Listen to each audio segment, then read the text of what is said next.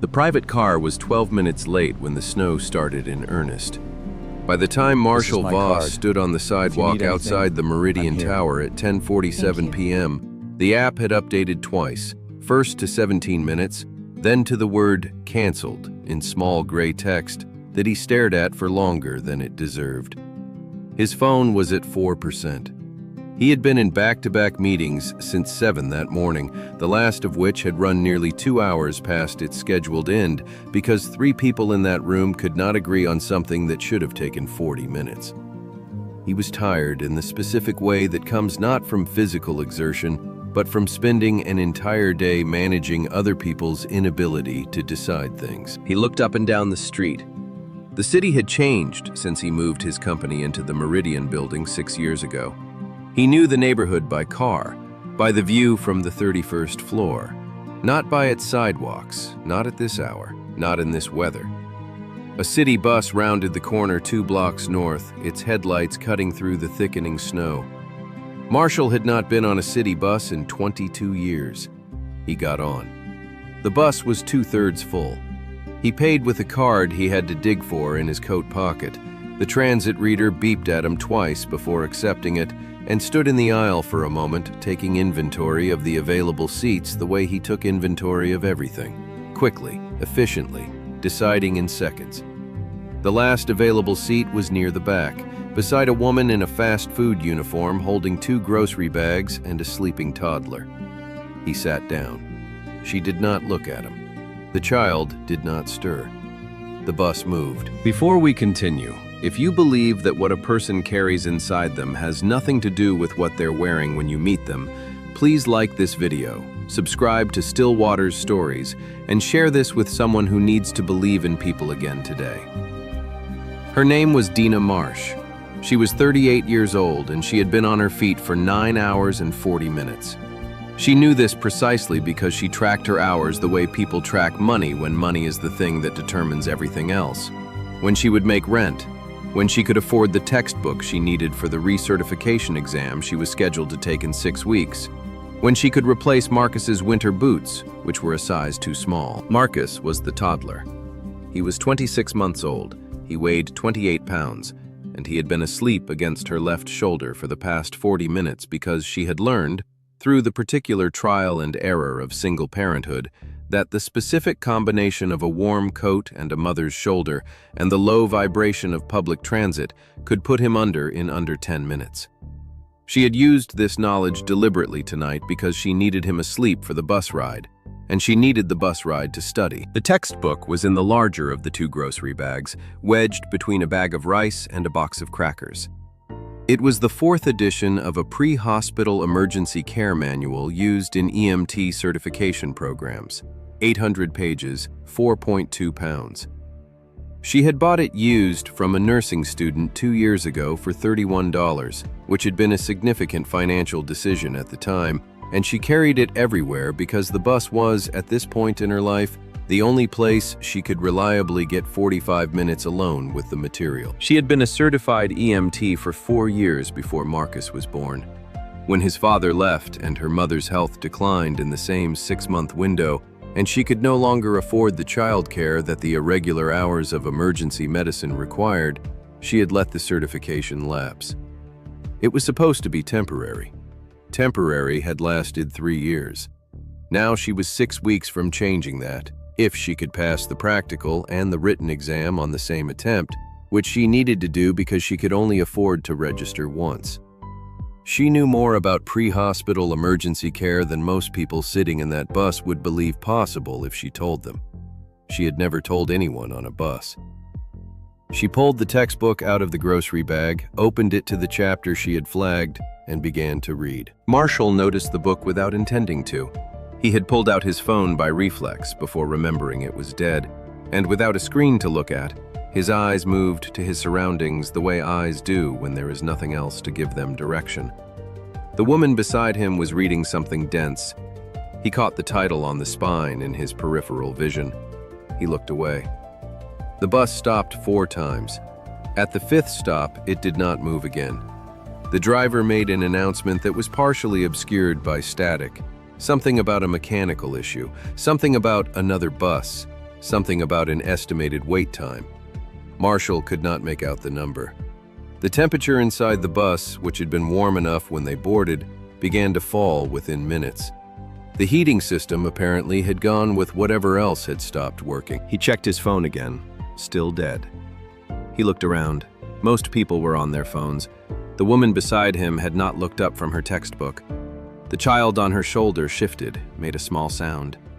Dina adjusted him without looking up from the page, repositioning his weight with the practiced efficiency of someone for whom this was entirely automatic. 20 minutes passed. 30. The snow outside was no longer occasional, it was steady and deliberate, the kind that accumulates quickly enough that you can watch it happen. The temperature inside continued to drop. Marshall heard people begin to talk, first in murmurs, then more urgently. A woman in the front of the bus said she had to get home to her kids. An elderly man near the middle began coughing. Not a small cough, the kind that catches the ear, that has weight and duration. Dina heard it. She looked up from her book for the first time in 30 minutes. She turned slightly, tracking the sound. The man was 4 rows ahead on the opposite side of the aisle. He was perhaps 70, wearing a wool cap and a coat that had been good once. He was coughing into his sleeve with the methodical persistence of someone who had been coughing like this for a while and had learned to manage it in public. But his lips, she noticed, had a tinge that did not belong, and his posture had changed in the last several minutes, subtly, the way posture changes when the body is redirecting its resources. She closed the textbook. She placed Marcus carefully across her lap, bracing him with both arms, and leaned across the aisle. "Sir," she said. Her voice was quiet, direct, without alarm. "I'm going to ask you a few questions. Is that all right?" The man looked at her. The man next to him, a middle-aged man in a delivery jacket, looked at her. Marshall, 2 rows back, looked at her. "My chest," the elderly man said. "It's been tight since I got on." Dina was already moving. She handed Marcus across the aisle to the young man in the hoodie, Calvin, who had been watching her for the past 5 minutes with the focused attention of someone who had recently spent 40 hours studying the same material she was reading. He took the child without being asked twice. She crouched beside the elderly man's seat. She asked him his name, Arthur, asked him to rate the tightness on a scale of 1 to 10, asked whether the pain radiated anywhere, asked when he had last taken any medication and what it was. She asked these questions in a sequence and at a pace that was not hurried, not dramatic, entirely precise. She put 2 fingers to his wrist. She watched his breathing. The bus was very quiet. Marshall sat forward. He had been in enough rooms with enough people to know when someone was performing competence and when someone had it. This woman was not performing anything. She was doing something specific, in a specific order, with the complete attention of someone for whom this was not surprising, but also not casual. "What do you need?" he heard himself say. She looked back at him. For the first time, she really looked at him. The coat, the shoes, the loosened tie, the dead phone. She catalogued him in approximately 1 second. "Does anyone on this bus have aspirin?" she said, raising her voice just enough to carry. "Regular aspirin, not ibuprofen, uncoated if possible." 3 people checked their bags. A woman in the middle of the bus said she had some in her purse, regular aspirin, she thought, the small orange bottle she carried for headaches. Dina told her to bring it. She instructed Arthur to chew, not swallow, a single tablet. She explained what she was doing as she did it, not for the bystanders, but for Arthur, so he would not be frightened, so he would feel the particular steadiness that comes from being in the care of someone who knows what they are doing. She asked Calvin, still holding Marcus, whether he had a charged phone. He did. She told him to call 911, describe the location, describe Arthur's symptoms using the exact language she gave him, and stay on the line. He did exactly that. She stayed beside Arthur for the next 11 minutes until the paramedics boarded the bus. She gave the lead paramedic a concise, precise handoff, vitals, timeline, intervention, response, in the language of someone who had done this before. The paramedic looked at her once, quickly, with recognition. "You on the job?" he said. "Not currently," she said. "Recertifying in 6 weeks." He nodded once, the particular nod of one professional acknowledging another, and moved with his team. Arthur was stabilized on that bus. He was transported to the hospital where he spent 2 days and was discharged. The tightness in his chest had been the beginning of something that, without what Dina did in those 11 minutes, would have become something much worse. Marshall sat in his seat after the paramedics left. The bus was warm again. A second bus had pulled alongside and passengers were being transferred, and someone had managed to restore partial heat in the interim. He sat and did not move for a while. He had spent 30 years solving logistical problems. He had built a company on the premise that efficiency was the highest form of excellence, that the right person in the right place at the right time was not luck, but engineering. He had believed this completely. He had not engineered anything tonight. A woman in a fast food uniform with a sleeping toddler and an 800-page textbook had been in the right place at the right time, and it had nothing to do with engineering. It had to do with what she had refused to stop being, even when life had made it very difficult to remain it. He found her at the front of the bus, getting ready to transfer to the second one. Marcus was awake now, looking around with the unbothered curiosity of a toddler who had slept through most of it. "Excuse me," Marshall said. She turned. She was tired. It was visible now in a way it hadn't been while she was working. The particular tiredness of someone who has just come down from the focused calm of an emergency and returned to the weight of everything else. "I want to know what I can do," he said. "Specifically, not generally." She looked at him for a moment. She had heard versions of this before, from people whose intentions were good and whose follow-through was not.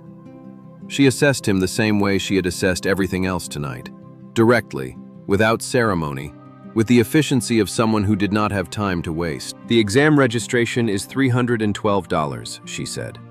"The practical requires childcare for 4 hours. Both of those are solvable problems." "They are," he said. "I'm not looking for anything else," she said. "I know what I'm doing. I just need the obstacles cleared." He understood the distinction. He had built a career on removing obstacles, not effort. He gave her his card, the office card, the direct line, the one he gave to people whose time he did not want to waste. She took it. She looked at it. She put it in her coat pocket. "Your name," she said. "Marshall Voss. You're the logistics company." "I am." "You should know," she said, "that your company's last-mile delivery contracts in this district leave 3 neighborhoods with no service after 8 p.m., including this one." She said it without accusation, as a piece of information. "People in those neighborhoods take this bus." He stood in the snow for a moment after she boarded the second bus. Calvin came up beside him, Marcus asleep again on Dina's shoulder through the window. "She's been studying that same chapter every night this week," Calvin said. "I take this bus a lot." Marshall looked at him. "Pre-med," Calvin said. "First year." He paused. "She's better than most of the instructors I've had so far." The second bus pulled away into the snow. Dina passed her recertification exam 7 weeks later, 1 week behind schedule because Marcus had been sick for 4 days, and she had not studied during that time because he needed her more than the exam did. And she had made that decision without regret. She passed on the first attempt, written and practical, with a score that placed her in the top 12% of candidates that testing cycle. She was hired by the same EMS service she had left 3 years earlier. Her supervisor, on her first shift back, told her that re-entry candidates rarely came in as sharp as she had. She said she had been studying. She did not say where. Marshall restructured the last-mile delivery contracts in 4 underserved districts within the quarter. He cited operational inefficiency in the internal memo. He did not cite the bus. He wrote it once more, 3 months later, on a Tuesday evening when his car was available and he chose not to use it. He sat near the back. He watched the city the way it looks when you are moving through it at street level, at the speed it actually moves, surrounded by the people who move through it every day. He did not see Dina. He had not expected to. He saw a teenager reading a thick textbook with a broken spine. He saw a woman in scrubs asleep against the window, still in her work badge. He saw a man in a delivery jacket checking something on his phone with the focused expression of someone calculating whether he would make it in time. He saw the city he had built his company on top of, and he understood for the first time that he had never actually been inside it. The bus stopped. People got off. People got on. The snow had melted weeks ago. The city moved around him, indifferent and full, carrying everything it was carrying. He stayed on until his stop.